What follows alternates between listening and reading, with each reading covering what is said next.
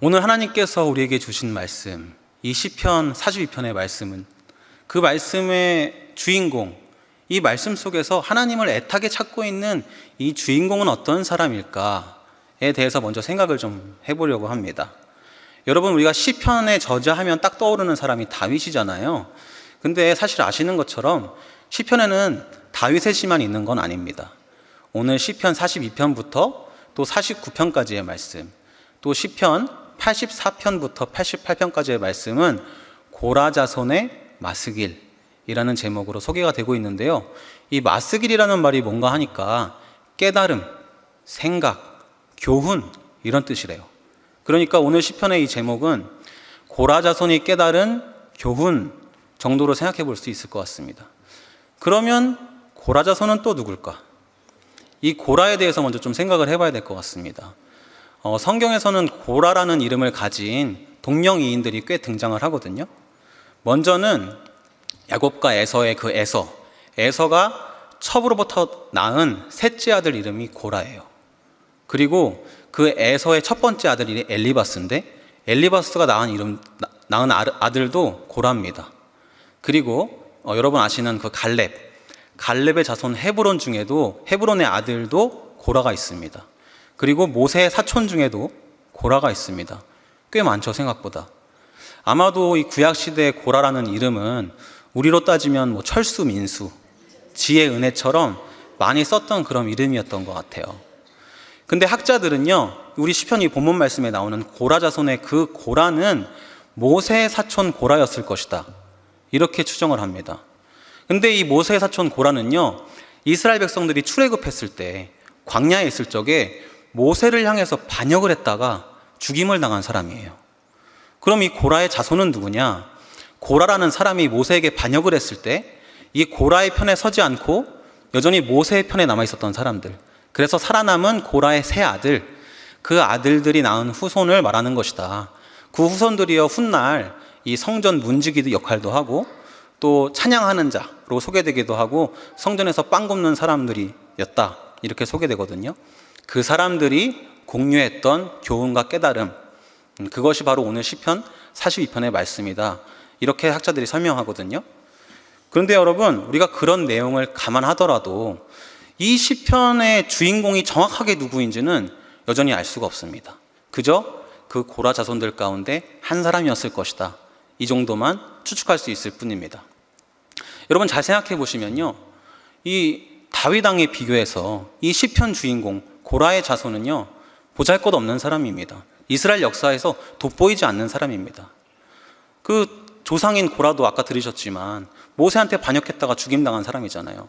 가문도 별 볼 일 없는 사람이고, 다윗 왕에 비하면 이스라엘 수많은 무리 가운데 그냥 이름 없는 한 사람, 그래서 이 성경에서 이름조차 따로 기록할 필요가 없을 정도로 집중을 받지 못했던 그 사람이 바로 오늘 시편 42편 본문의 주인공입니다. 전도사님, 그러면 위대한 다윗 왕의 시들도 많이 있는데 왜 하필이면 그런 보잘것없는 고라 자손의 시편을 오늘 묵상하는 거예요? 이렇게 우리 아동기부 친구들이 생각할 수도 있을 것 같아요. 그런데 오히려 바로 그런 점 때문에 오늘 이 본문 말씀이 우리에게 주는 위로와 은혜가 있다고 저는 생각을 합니다. 무슨 말이냐면요, 이 시편의 주인공의 모습이 우리랑 닮았기 때문이에요.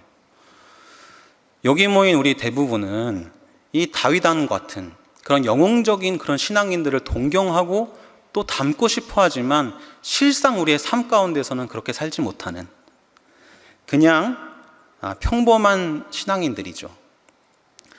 고라의 자손들도 고라의 반역에는 동참하지 않았던 것처럼 우리들도 예수님 믿지 않는 사람들과는 구별돼서 이렇게 예배당에 모여 예배를 드리고 있지만 이 땅 가운데 있는 수많은 그리스도인들, 그 그리스도인들 가운데 돋보이지 않는, 주목받지 않는 그런 이름 없는 한 사람으로, 때로는 하나님 앞에서 부끄럽기도 한 모습으로, 또 때로는 하나님께 열심을 내기도 하면서 그렇게 평범하게 신앙생활을 하고 있기 때문입니다.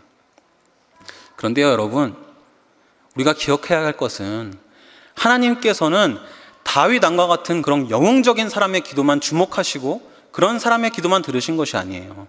오늘 시편 본문 42편의 말씀이 성경에 기록되어 있는 것처럼 하나님께서는 우리처럼 돋보이지 않는 사람, 그렇게 이름 없는 고라 자손의 기도도 주목하고 들으셨다라는 사실을 오늘 기억하셨으면 좋겠습니다. 이와 같이 오늘 이 자리에 예배당에 나와서 하나님의 이름을 부르며 하나님의 은혜를 간구하는 우리 모두에게도 오늘 하나님께서 넉넉한 은혜와 평안을 주실 줄로 믿습니다. 우리 옆 사람 보시면서 이렇게 한번 인사하실게요. 돋보이지 않아도 괜찮아요.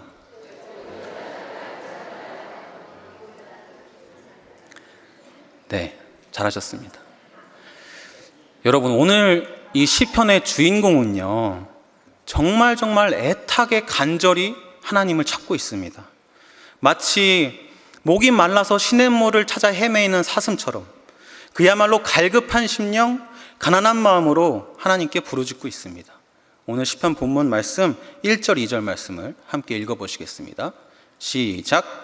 하나님이여, 사슴이 시냇물을 찾기에 갈급함같이 내 영혼이 주를 찾기에 갈급하니이다. 내 영혼이 하나님 곧 살아계시는 하나님을 갈망하나니 내가 어느 때에 나아가서 하나님의 얼굴을 배울까. 아멘. 방금 읽으신 말씀, 이 2절 말씀이요, 공동 번역에는 어떻게 되어 있냐면 이렇게 되어 있어요. 하나님, 생명을 주시는 나의 하나님, 당신이 그리워 목이 탑니다. 어느 때에야 임 계신 곳에 내가 이르러 당신의 얼굴을 배우리까. 이렇게 들으시니까 뭔가 확 더 마음에 와닿으시죠? 이 주인공은요, 지금 자신의 힘으로는 도저히 감당할 수 없는, 해결할 수 없는 큰 문제 때문에 고통을 당하고 있습니다. 그 고통의 시간이 끝나지 않고 계속되고 타들어가는 듯한 고통 속에서 하나님을 찾고 있는데, 그런 간절한 외침에도 불구하고 하나님의 응답을 듣지 못하고 있는 이 주인공은 하나님 왜 침묵하고 계십니까? 이렇게 항의하며 답답한 마음을 토로하고 있습니다. 이 사람의 마음을 그토록 힘들게 했던 그 문제는 무엇이었을까요? 정확하게는 알 수 없지만 이 본문 내용을 보니까 아마도 그 시편 기자 주인공의 개인적인 문제였을 것이다. 문제 때문이었을 것이다. 이렇게 추측할 수가 있는데요. 본문 3절 말씀을 함께 읽어보시겠습니다. 시작. 사람들이 종일 내게 하는 말이 내 하나님이 어디 있느뇨 하오니 내 눈물이 주야로 내 음식이 되었도다. 아멘. 이 시편의 이름 모를 주인공은요, 어떠한 이유 때문인지 주위 사람들로부터 비난을 당하고 있습니다. 너의 하나님이 어디 있느냐? 너의 하나님이 어디 있느냐? 이런 표현을 통해서 아마도 이 시편 주인공이 겪고 있는 이 고통과 아픔은 어떤 민족적인 고통, 아니면 사회적인 아픔, 공동체적인 문제가 아니라 다른 사람들은 이해하지 못하는 그 시편 주인공의 개인적이고 은밀한 일 때문이었을 것이다. 이렇게 추측을 해볼 수 있습니다.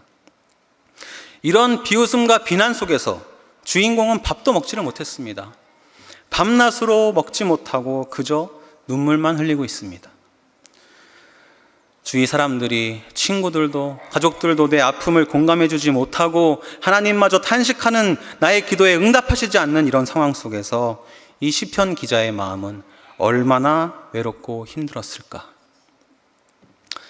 여러분, 혹시 여러분 가운데에도 신앙생활 하시면서 이 이름 없는 고라자손처럼 말 못할 고통으로 힘들고 외로우셨던 그런 경험이 있으신가요?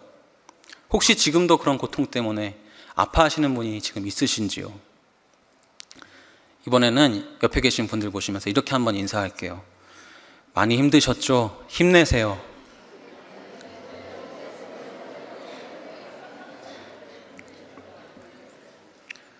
네. 지금 그윽한 눈빛으로 저를 바라보시는 분들은 아마도 다 그런 고통을 겪어보셨거나 지금도 그런 고통 때문에 힘들어하시는 분들일 거다, 이런 생각이 듭니다. 그런데요, 여러분, 사실은 저도 이 시편 기자처럼요, 고통스럽고 힘든 순간들이 있었어요. 제가 오늘은 제 얘기를 조금 나누려고 하는데, 저희 아버지는요, 사범대학교를 졸업하셔서 고등학교에서 영어를 가르치셨어요. 영어 선생님이셨는데 제가 되게 어릴 적에 그 당시에 전교조 활동을 좀 지원하셨다는 이유로 위에 있는 사람들한테 찍히신 거예요. 그래가지고 이 지방 시골에 있는 학교로 발령당하시고 이 좌천성 인사를 당하셔가지고 가족들하고 멀리 떨어져서 혼자 이렇게 근무를 하셔야 되는 그런 상황에 처하게 되셨습니다. 당시 혈기왕성하시던 젊은 저희 아버지는 그 부당한 인사 조치를 참지 못하시고 그만 교직을 박차고 나오셔서 뭔가 이제 먹고는 살아야 되니까 학원을 개업하십니다. 근데 이제 젊은 선생님이 벌어놓은 돈이 뭐 얼마나 있겠어요. 그러니까 이제 은행에서 대출을 받아가지고 사업을 시작하셨는데 그게 잘 됐을까요? 안 됐을까요? 너무 안 됐어요 이렇게 얘기하시네요. 근데 처음에는 잘 됐어요. 우리나라 사교육 시장에 수요가 워낙 많다 보니까 처음에는 막 사람들도 많이 오고 잘 됐었는데 문제는 여러분 기억하시는 것처럼 IMF가 터졌습니다.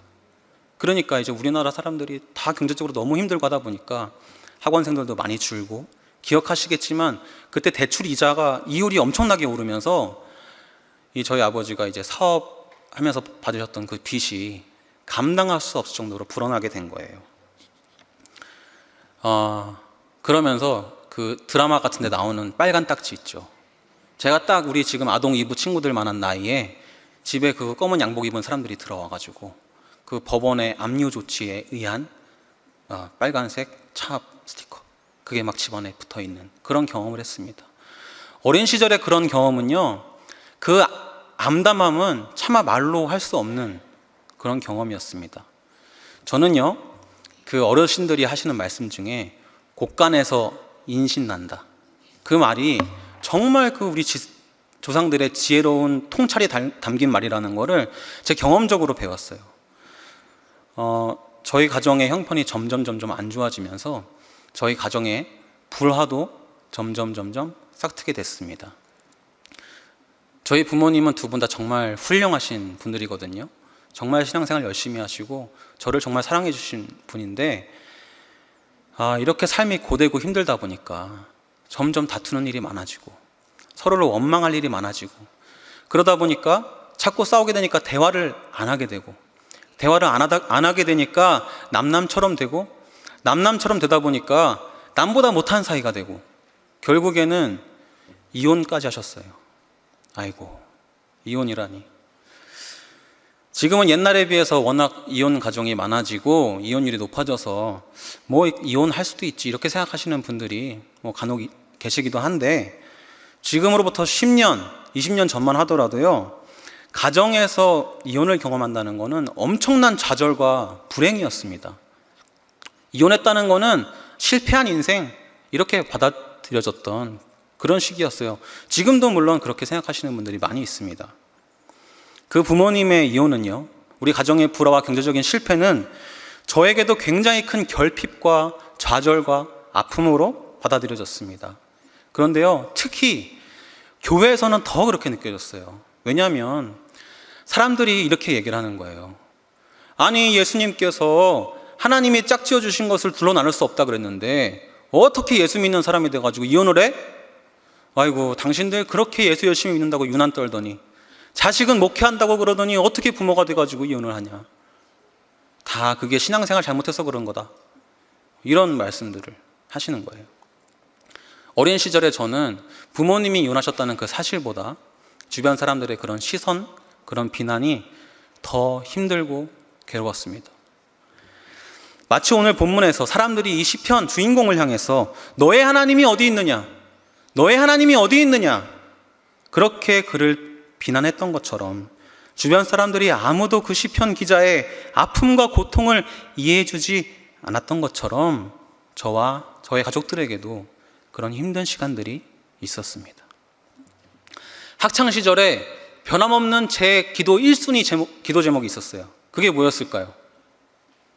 네, 가정의 회복. 그게 제 변함없는 기도 제목이었습니다. 하나님, 저희 부모님 회복시켜 주시옵소서. 저희 부모님의 관계 회복시켜 주시고 우리 가정이 예수님 사랑 안에서 다시 하나 되게 해 주시옵소서. 이 기도 제목을 가지고 제가 10년이 넘도록 기도하고 또 기도하고, 이 기도 응답을 얻기 위해서 작정 기도를 하고 금식 기도를 하고 안 해본 게 없을 정도로 제가 할 수 있는 모든 걸 다 했어요. 그런데 하나님께서 제 기도에 응답을 해 주셨을까요? 안 해 주셨을까요? 해 주셨을까요? 안 해 주셨을까요? 그 당시에는 해 주시질 않는 거예요. 그 당시에는.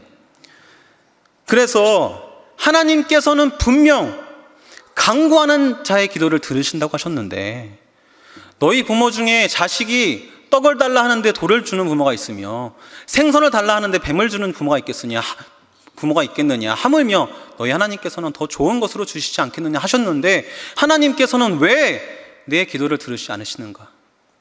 너무너무 힘들고 괴로웠습니다. 그런데 여러분, 참 이상하죠? 오늘 본문 말씀을 보니까요, 그렇게 저처럼 탄식하고 괴로워하던 시편의 기자가 5절에 이르러서는 갑자기 이렇게 얘기를 합니다. 우리 같이 5절 본문 말씀 함께 읽어볼까요? 시작. 내가 어찌하여 낙심하며 어찌하여 내 속에서 불안해하는가? 너는 하나님께 소망을 두라. 그가 나타나 도우심으로 말미암아 내가 여전히 찬송하리로다. 아멘. 제가 이 말씀을 처음 묵상할 때 1절부터 4절까지는 고개가 끄덕끄덕해지면서 너무 공감이 돼서 이렇게 읽혀나가는데, 이 5절 말씀에 이르러서는 그냥 탁 하고 막혀버렸습니다.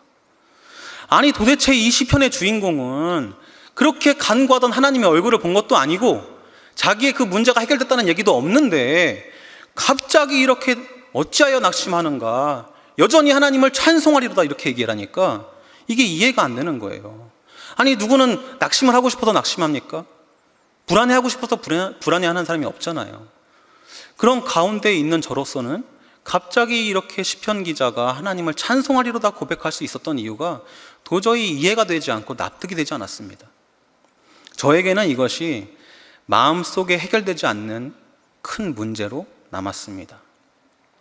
그러던 어느 날, 그날도 역시 마음의 무거운 짐과 해결되지 않는 기도 제목을 가지고 예배를 드리던 중에 놀라운 경험을 하게 됩니다.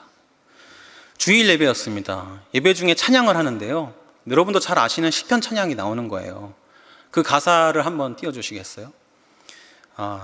이 찬양 한번 우리가 같이 불러볼까요?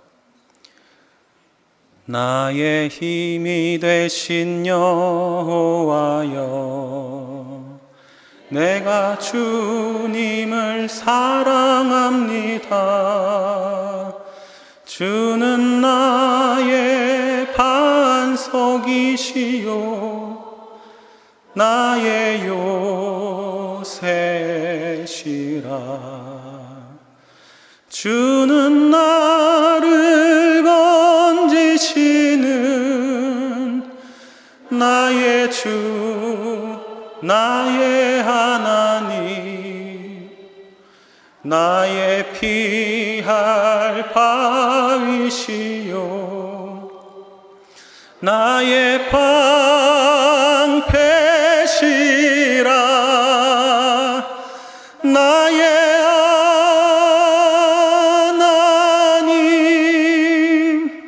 나의 하나님,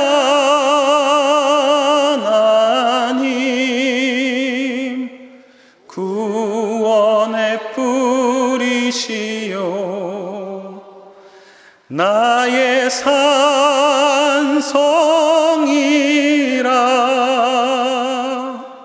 아멘. 예배 중에 이 찬양을 부르는데 갑자기 저도 모르게 눈물이 확 하고 쏟아져 나오는 거예요. 저 스스로를 주체할 수 없을 정도로 울음이 터져 나와서 그렇게 예배 시간에 한참을 펑펑 울었습니다. 그렇게 울고 있는데 갑자기 제 마음속에 그동안 꽉 막혀 있었던 답답했던 이 마음속의 응어리가 이 눈물과 함께 찬양의 고백과 함께 사르르 녹아내리는 걸 느껴졌어요. 그 순간 하나님은 모든 걸 알고 계셨구나. 하나님은 나를 이해하시고 하나님은 나를 공감하시고 하나님은 여전히 나와 함께 하시며 지금 이 순간 나를 위로하시는구나 라는 사실을 제가 그제서야 깨달을 수가 있었습니다. 고라자손의 깨달음, 고라자손의 마스길이라는 것이 바로 그런 거구나. 이 시편의 주인공이 5절 말씀에 이르러서 내가 여전히 하나님을 찬송하리로다 고백할 수 있었던 이유가 바로 이거였구나 라는 사실을 제가 그때서야 깨달을 수 있게 되었습니다. 그렇게 생각지도 못하게 별안간 예배 통해서 은혜를 경험하고 나니까요, 세상이 달라 보이는 거예요. 그전에는요, 제가 너무너무 외롭고 슬픈 사람으로, 불쌍한 사람으로 생각이 되었는데, 하나님께서 여전히 나와 함께 계시다는 그 사실을 알고 나니까 나는 이제 아무것도 부러울 게 없는 사람, 아무것도 두려울 게 없는 사람, 다윗의 고백처럼 부족함이 없는 사람이구나 고백할 수 있게 되었습니다. 그전에는요, 우리 가정이 겪은 그 불화와 경제적인 어려움, 그것이 저에게 너무나도 큰 결핍과 부담으로 좌절로 다가왔었는데, 이제는 더 이상 그것이 문제로 느껴지지 않았습니다. 오히려 하나님께서 나로 하여금 고통받는 사람들, 외로운 사람들, 나처럼 상처받고 아픔을 겪은 사람들, 그런 사람들을 공감하고 위로해주는 사람이 되라고 나에게 허락하신 은혜, 특별한 선물이구나, 이렇게 고백할 수가 있게 되었습니다. 여러분, 그러니 저를 이제 더 이상 연민의 눈으로 보지 마시기 바랍니다. 저는요, 저의 인생에서 변함없이 선한 목자가 되어주시는 우리 하나님 때문에 부족함이 없는 사람입니다. 여러분, 저의 세상이 아픔과 고통의 세상에서 위로와 소망의 세상으로 변화될 수 있었던 것은요, 제가 처한 조건이나 환경이 변화됐기 때문이 아니었습니다. 오히려 그것은 제가 조건과 환경을 보는 생각과 시선이 달라졌기 때문이고, 결국에는 제가 변한 기 때문이었어요. 그런데 생각해 보니까 제가 변할 수 있었던 그 까닭은 하나님께서 여전히 나와 함께 하신다는 그 사실을 제가 알 수 있었기 때문입니다.